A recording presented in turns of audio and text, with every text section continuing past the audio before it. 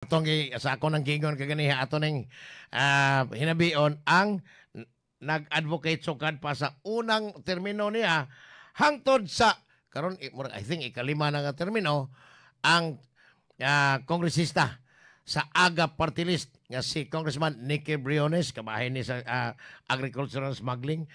Congressman Nicky, magandang umaga po. Ay, magandang umaga, Oka, at magandang umaga sa lahat ng iyong mga taga-subaybay. Sir, dito napabalita din namin, tumaas din ang presyo ng iba't ibang bilihin, lalong-lalo yung ordinaryong sibuyas, sir. Marami po tayo dyan sa, I think, sa Mindoro Oriental. Pero bakit po sobrang mahal? At doon po sa farm gate, yung sa mga farmers, sobrang halos hingiin na lang po nila yung presyo ng sibuyas. Bakit po patuloy tayong bumibili ng mga sibuyas doon sa iba't ibang bansa samantalang enough naman ang supply natin po dito sa Pilipinas? Yun nga yung nangyaring dito. Nagrereklamo lahat ng mga magtatanim ng sibuyas dahil bumagsak yung kanilang farm gate price. Naglalaro ng 30 to 40 pesos per kilo. Pero yan, siya kadahilan na yung in-import na 3,000 metric tons ay napasabay doon sa anihan. Ang anihan talaga ng sibuyas, itong February up to April. Yan ang panahon ng anihan. Napasabay yung in-import na supposed to be ipandagdag lang doon sa kulang, pero ang timing mali. Kaya naapektuhan yung hinarvest ng ating mga magsasaka ng sibuyas. Pero kung mapapansin mo, sabi mo nga, dyan sa anong lugar yung sinabi mo kanina, Mindoro, mataas. Last year, mayroong House Inquiry, Senate Inquiry doon po sa Oriental Mindoro. Marami silang supply, maraming about harvest ang taga Mindoro. Sabi po nila, whole year kaya nilang isupply ang kanilang harvest ng sibuyas. Bakit po patuloy ito? Kayo po lang tagagawa ng batas, pero ang implementation mukhang may sabuatan yata sa taga Bureau of Customs at taga Bureau of Plant Industry, Congressman Nicky. Yun ang nangyari noon, isang malaking leksyon. Naging 10 piso, 8 piso nga per kilo ng sibuyas. Halos itapon na nila doon sa Oriental Mindoro. Dahil nagkaroon diyan ng ng parang kinakartel, hinuhorn. Yung sibuyas, panahon ng anihan, hindi sila bumili sa magsasaka. Hinintay nilang bumagsak ng bumagsak. At ang kanilang ibinebenta ay yung mga imported. Yan yung dati. Kaya nalugi yung lahat ng magsisibuyas nung panahong yon. Yung anihan, sinabayan din ng importation na marami. Dati mapakarami, kaya bumagsak. Ngayon, nung bumagsak na, binili ngayon yung mga sibuyas na murang-mura, inihord. Inilagay sa cold storages na sila lang ang may access. Hindi naman ma-access ng ating mga farmers dahil mga nakakontrata ang mga cold storages na yan sa mga importer. So ngayon, naitago, and then nung tumaas na ng tumaas ang presyo ng sibuyas sa kanila inilabas, 300, 400, hanggang sa naging 700 per kilo. Ang estimate ko nga nun, kumita ng mga 39 billion ang mga importer nag-hoard, nagkakartel na sibuyas. Grabe. Panahon yun. Pero yan, nagbago na. Hindi na ngayon po pwede yan dahil meron tayong batas na Anti-Agricultural Economic Sabotage Act. Sige, ikaw po yung author ng batas na yung batas na po yan, sir, Congressman. Tama ka, tayo'y principal author and sponsor. Talagang pinagbuti natin itong batas na ito dahil ito yung nagpapahirap talaga sa mga magsasakayang smuggler, hoarder, profiteer, cartel. Mm. Yang nangyari din sa sibuyas noon, kaya talagang kailangang matapos na ito nagpapahirap sa mga magsaka, ay nagkaroon yan ng hoarding at cartel. Kinakartel nila yung sibuyas. Ilan ang nagkukontrol. Pero dito, dahil may batas na tayo, ito yung mga kaso katulad ng pagkakartel, paghuhor, smuggling. Mm. Yan, ang parusa riyan, lifetime imprisonment, non-bailable. At ngayon, ito'y nasa under the Office of the President na, yung National Council, Chairman ng Presidente, President BBM. At meron tayong advisory board na 7 sektor ng agrikultura. And then, ang ating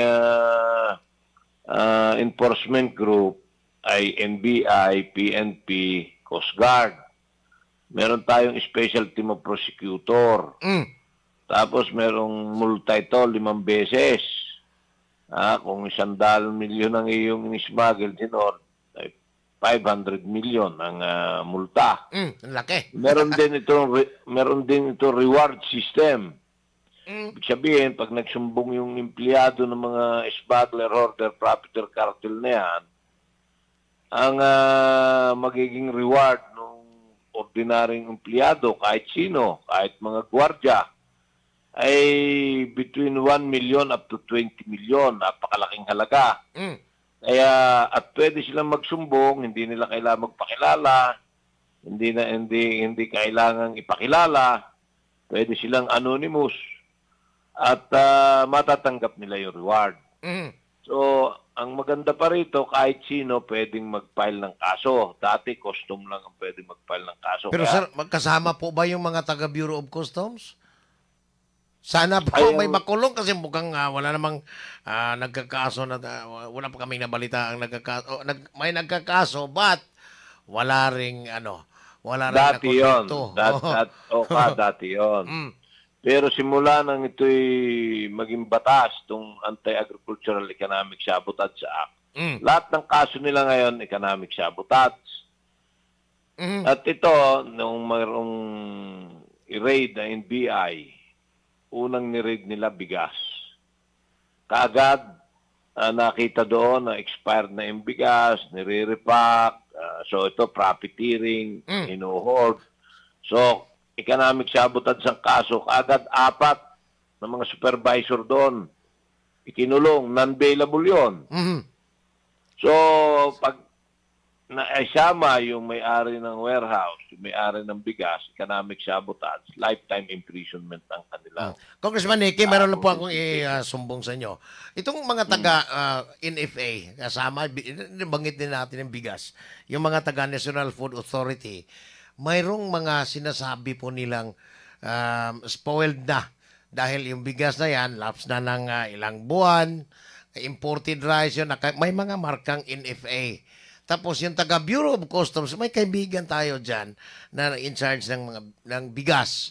Sabi po nila, hihingi lang daw sila yung mga banded warehouse, kung saan yung mga bigas natin itinatambak. Sabi po nila, hihingi lang daw sila ng certification from the National Food Authority para po ideklara na spoiled na yung bigas. Pero sa totoo, parang sinabing unfit for human consumption. Pero sa totoo po, sir, commercial, parang pa yun, hindi pa yun spoiled. But may sabuatan yata yung taga Bureau of Customs at taga NFA. Very reliable yung source ko, sir.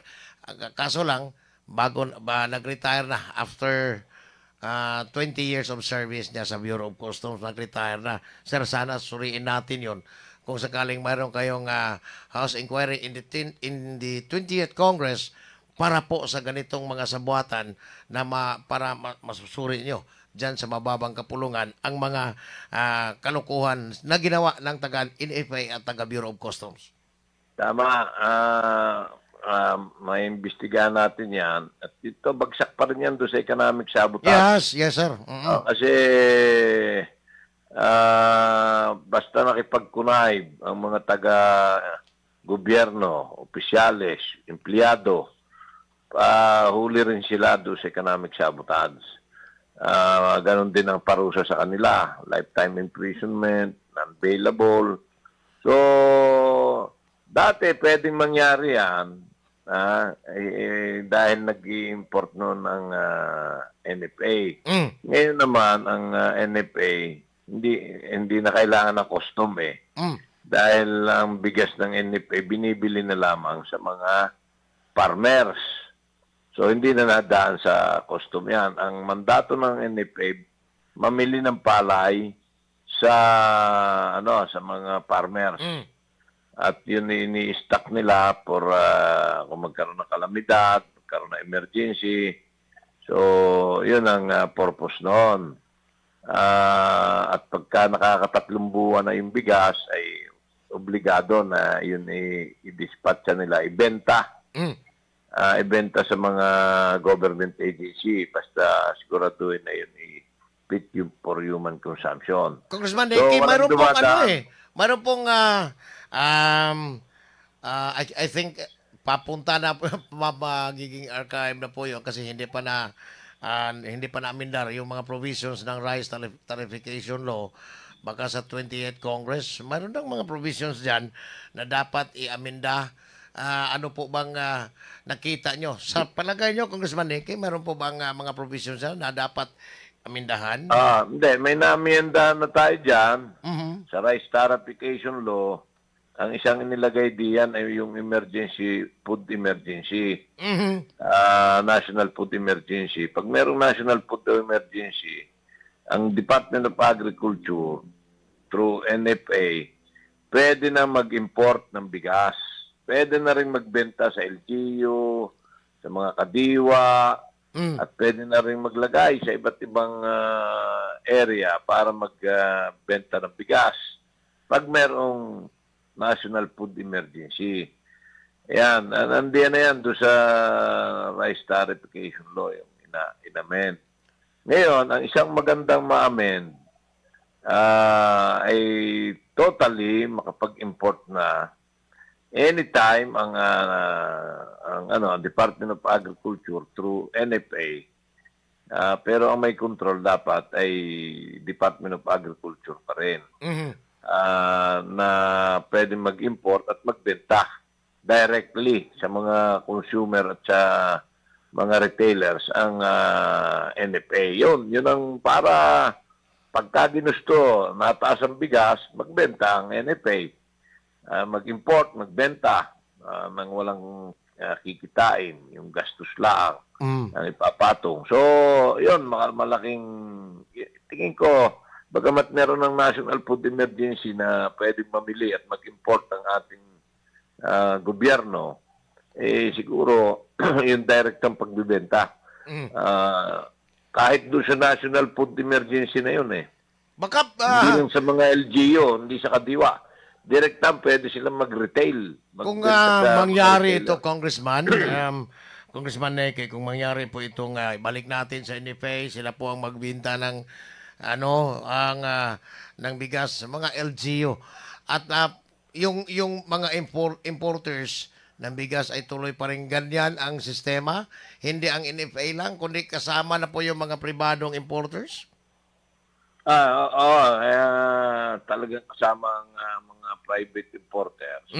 Pero ngayon sigurado matatakot na yung mga private importers pagka sila ngayon nag-hoard, nag-smuggle, nag-cartel ng bigas, nahuli sila, lifetime imprisonment. Katulad nga nung yung nahuli doon sa Bukawi. Yeah. Bulacan. Yun, yung may-ari ng bigas na yun, saka lifetime imprisonment kaso noon. Pero paano yun, sir? Kasi ako ba nakakulong ngayon? Kalimutan ko ngayon pangalan. Yung inabot ng mga supervisor. I see. Doon sa warehouse, nakakulong. Kung sakaling ganito, mangyari ito, maibalik natin sa NFA, pati kasama na po yung mga pribadong importers, gagamitin po nila yung mga farmers, yung registration ng mga farmers association at cooperative, biglang mabubuhay biglang sumigla ang buhay ng GRICON, yung Grains Retailers Confederation of the Philippines, kay Mayor Nini Aligado, Congressman Neki? Ngayon, yung lahat yan magkakaroon ng problema pagka sila'y nakipagsabuatan, nagkartel, nag-hoard ng bigas. Yun ang malaking pagkakaiba ngayon, Oka. Hindi katulad dati, walang batas na hahabol sa kanila. Ang dami na ngayon na raid, yung Makarel at saka Galunggong. Isang 178 million, isang 202 million. Economic sabotage yung 202 million. Sir, mayroon ba po bang, sir, pwede po bang humingi? Kung mayroon na ha, yung implementing rules and regulations sa economic sabotage law, sir, kung mayroon pa ba? Kung mayroon na pa ba? Pwede mo i-search yung batas. Ando na po yung IRR? Republic Act 12022. Yeah, tiningnan ko po sa ano mo, sa website mo, pero wala pa yung IRR doon. Ang ano niyan ay under the Office of the President. So, siguro, ang isang tanungan ninyo ay yung National Council under the Office of the President. Pero ipopost nila yun, di ba? Yung IRR after. Doon manggagaling yun. So, pero pwede nang magkaroon ng effective na yung batas. October 17, epektibo na yung batas last year. Last year pa po. So, pwede na talaga silang kasuhan. Base, halos detalyado naman yung ating batas na yun na pwedeng pagbasihan para makapag-file ng kaso. So, ang mas maganda kung immediately talagang makuha natin yung IRR. Pero yung batas ay himay na himay yon para halos hindi mo kailangan magkaroon ng IRR. Oo. Sir, dito po tayo. Wala sa mga retailers, bakit tinatanong po daw ng mga consumer ng baboy ngayon medyo madalang dahil yung iba dahil sa Ash Wednesday hindi bibili ng karning baboy, but after that mga siguro Easter Sunday siguro lumakas. But sir, bakit po kine-question yung farm gate price, or ibig sabihin yung live weight na mga baboy doon po sa mga ibig sabihin sa mga piggery 250, bakit po umabot ng 400 ang kilo doon po sa merkado, Congressman Neki? Ano po ba bakit biglang mahal at wala nang walang nagpa-follow sa tinatawag nilang maximum suggested retail price ng Department of Agriculture? Then, nagkaisa ang mga magbababoy, ang Department of Agriculture, ang retailers, ang biyahero, na magkaroon ng maximum suggested retail price. Kaya nagkaroon ng dati ang ating farm gate price na abot ng 250 per kilo, 260, 270. So, dahil nga nakipagkaisa ang ating mga magbababoy, ayaw din namin na talagang tumaas at nahirapan ng ating mga consumer. So, pumayag tayo na ang maximum suggested retail price sa laman kasing 350, al liempo 380 pesos per kilo. Ang farm gate price na nakiusap si Secretary na ang maximum ay 230 pesos per kilo. Ang sabit ulo ng mga biyahero 300. At ang retail, laman kasing 350 per kilo, 380. So, yan ang napagkasunduan.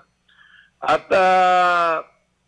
ngayon naman, sa 230, tama yon. Kaya hindi dapat lumampas ng 380 ang liempo, hindi dapat lumampas ng 350 ang laman kasing. Yun ang dapat mangyari. Kung hindi, meron nagsasamantala. Wala naman. Sir, malabong magsamantala. Ang retailers, malabong magsamantala. Ay yung pwede, yung middleman. Pero wala namang binigay ang gobyernong subsidy para po sa mga backyard hog raisers, pati naman po sa mga piggery owners, Congressman Neki, yung mga hog raisers, wala namang binigay. Bakit yung nagbibigay sa atin ng pagkain, hindi binigyan ng ayuda? Yung mga tambay binigyan ng ayuda, Congressman Neki. Kaya, yan nga yung medyo nakakalungkot. Yung tunay na mga naghihirap, nagtatrabaho, naghahanap buhay para tayo may makain na mga nasa sektor na agrikultura. Yun ang kulang sa hindi kaya ng ayuda ang ating mga Oo nga. magsasaka. Kahit bigyan mo yan ng 10,000, hindi yan makakaano. Kailangan mabuhay sila. Ano ba ang kailangan nila? Yung kailangan nila proteksyonan. Kaya ng batas na nasa under the office of the President. Ang Presidente na ang makagagawa.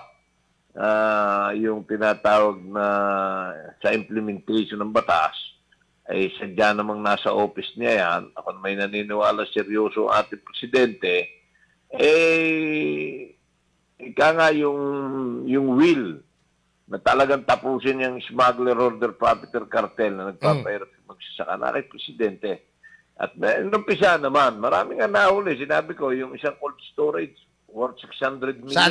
Sana po dumami Nababoy. sila. Nababoy, ha?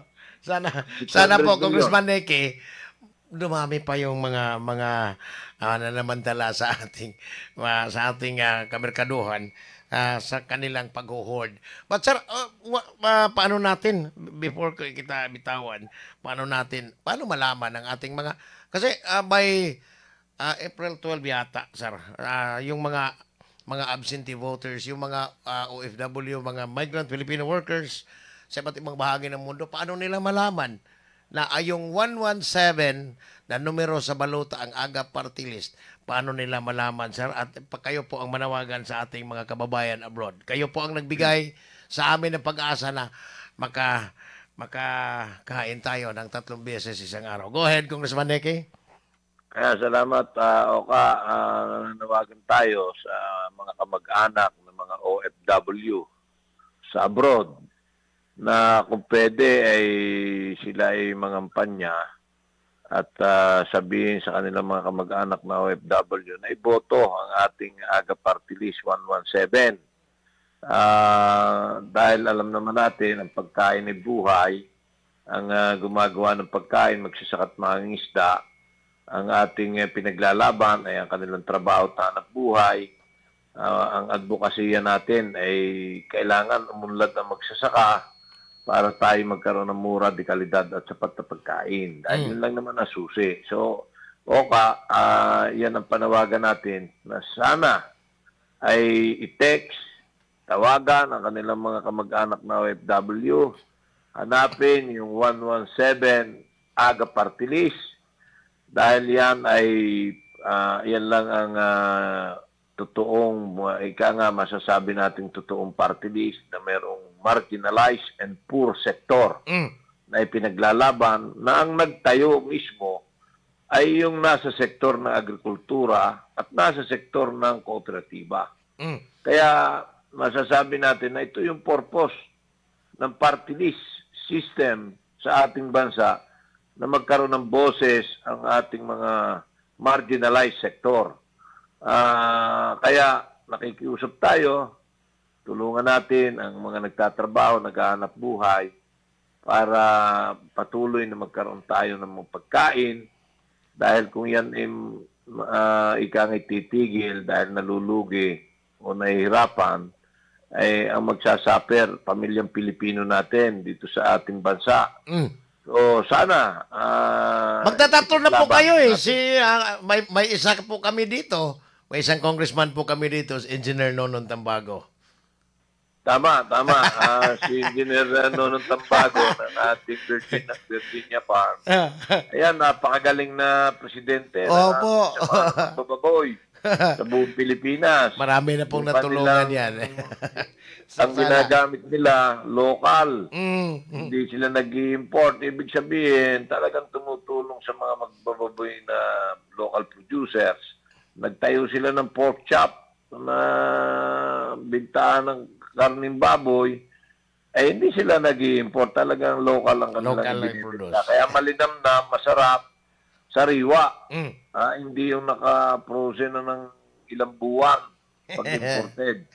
Na hindi mo pa alam kung dumaan sa tamang proseso o laboratory test. Congressman yan, Ricky, magaling maraming yan. salamat po at good luck ha. Sana may isa kami dito sa Cebu, Congressman Nonon Tambago someday. Maraming salamat po, Congressman. Ay, maraming salamat po ka at maraming salamat kay Nonong Tambago sa suporta niya sa 117 Aga Party List na siyang nagtataguyod sa ating pamilyang Pilipino para magkaroon tayo ng pagkain. Maraming salamat po, Congressman Ricky. Good morning.